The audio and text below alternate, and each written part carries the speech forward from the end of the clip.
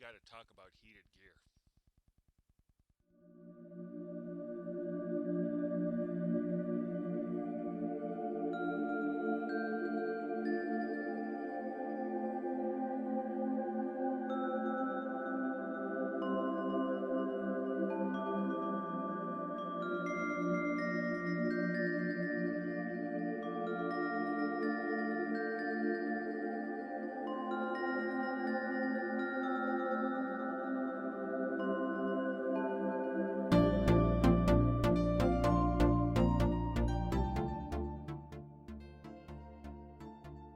Good day. I'm Robert Pell, and I am an enthusiast of the Honda ST1100. And this is episode 2 of season 1. And it's cold outside. It's February. There's snow. It's going to be a while before I get to go cycling around. But anyway, so we're going to talk about heated gear. And that's a game changer for me. I first experienced it using a heated vest a number of years ago when I was riding my Honda 750.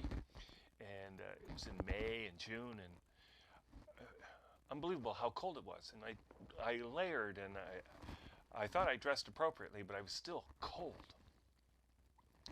So at that time I heard about these electric vests. So it's basically like an electric blanket that you wear on your body, and the heat from it just basically heats your heart. And when your heart is warm, then your brain says, okay, we can work on other parts of your body now. So,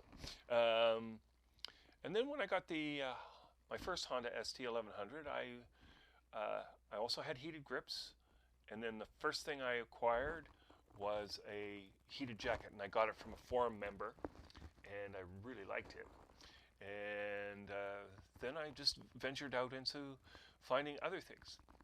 The next thing I got were these heated gloves. So these are sold by a company called Gears, and there's a distributor out of Mississauga. They're made in India. This is quite good, so I really like the glove. I chose that because I could then wear it with any choice of glove that I had. So like my riding gloves, I could just flip them in, bingo. Plug that into my jacket, that was good. Or if I wanted something even warmer, I had these gauntlets, and I could put it inside a gauntlet, and then I had that protection. That was good too.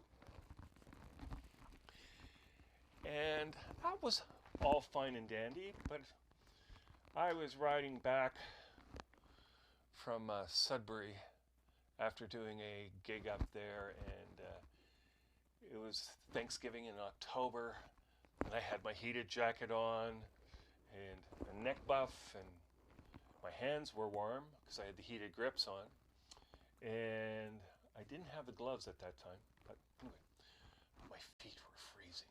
Oh, it was cold. And you'd wonder why, because the ST1100 it's got a lot of protection. But if you're riding for a number of hours, that protection goes away a little bit. You get cold. Didn't like that. So I was looking for other options. And Gears had heated insoles.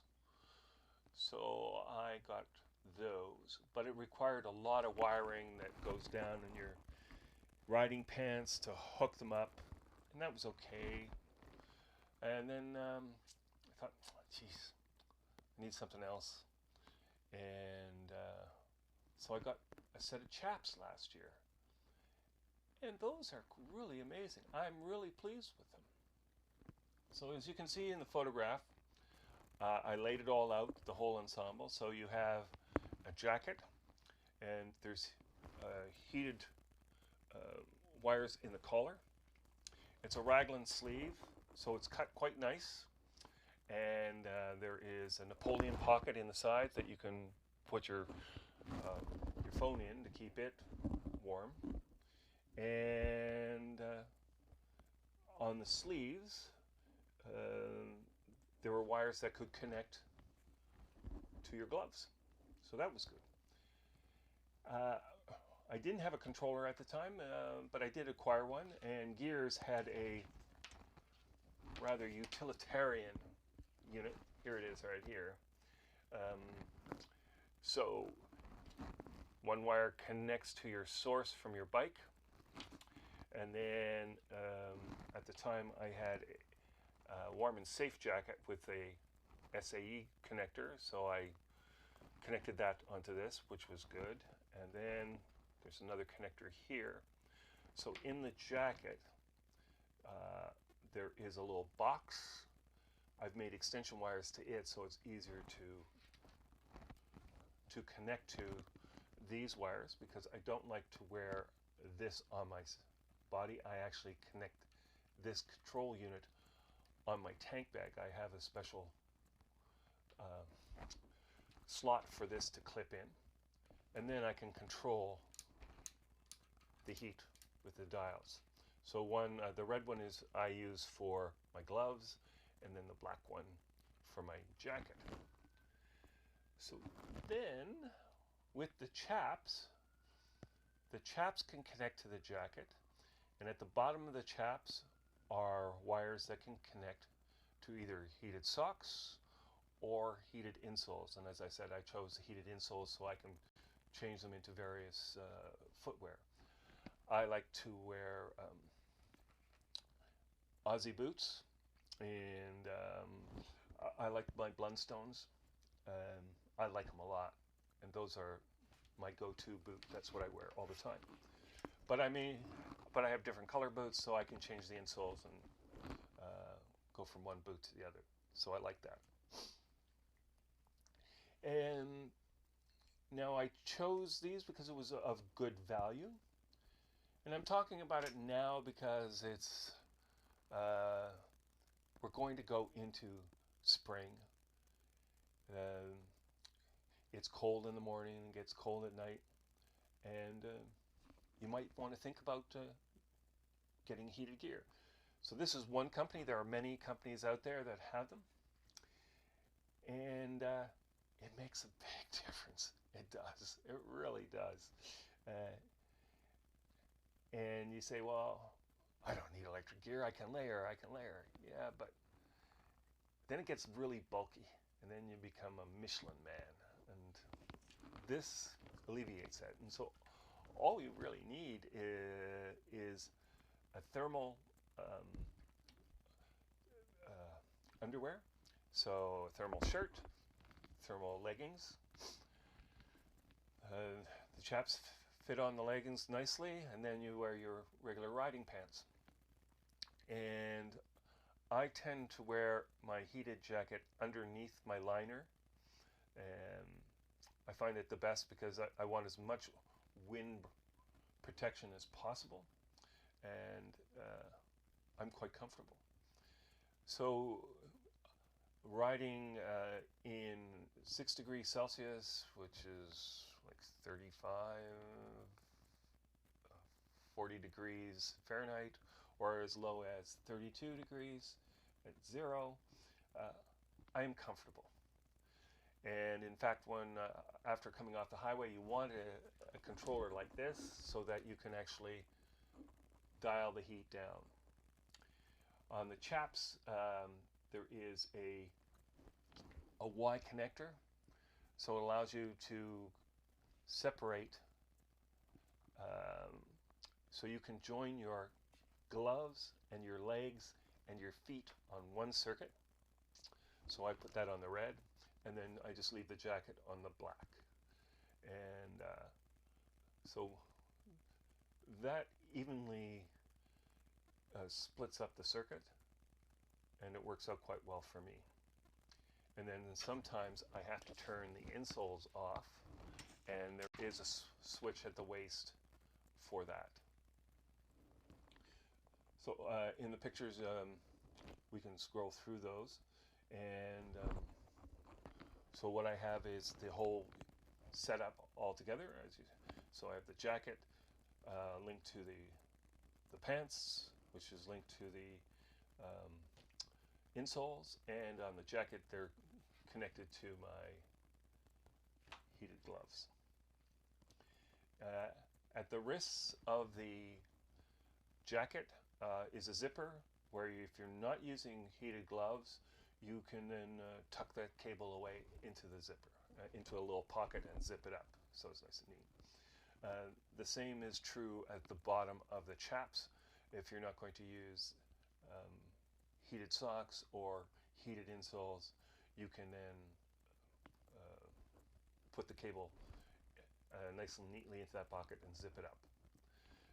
The chaps are velcroed on, so they have a well, except for at the waist is a strap that you clip on, and then there are 4 points to velcro around your legs, around your thigh, behind the knee, below the knee, and around your calf and at the ankle. So that's 5 actually. So there's 5 spots. I think I count 5 fingers. So I think it's a great piece of kit. It's going to cost you a bit of money. The jacket is a couple $100. The chaps about $120.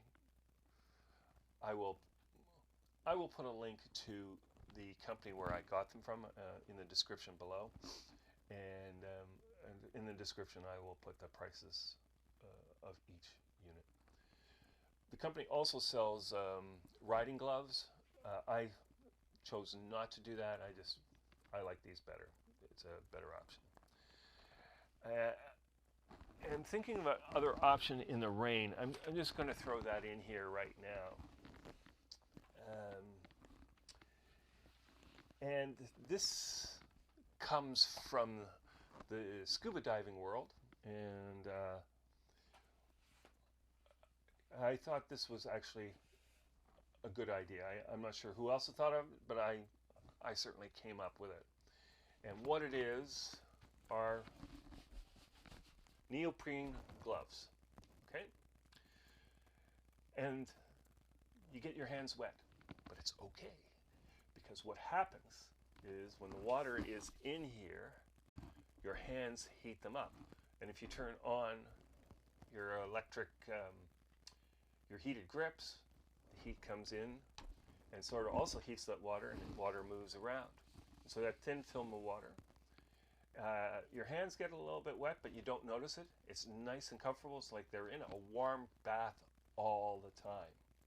And it has a rubber grip on it, and you can cinch it up if you want, but I found them perfectly comfortable, and that was my solution for rainwear in this. So, what do you guys do to keep yourself warm when you're riding long distances? Put your comments below. I'm curious, and maybe we can have a dialogue on that. Anyway, thanks for watching, and we hope to see you soon, and stay warm. Postscript, I forgot to mention this right at the top of the video. I have no affiliation with Gears. I purchased all this equipment on my own in cash, so they don't know I'm doing this. They didn't give me any product. I am just a customer, and I'm just passing the information on to you. There are other companies like Warm and Safe. That was a jacket that I had before, and that I had gotten from a former member, and I liked it quite a bit. And all these items that I mentioned are generally interchangeable with other manufacturers.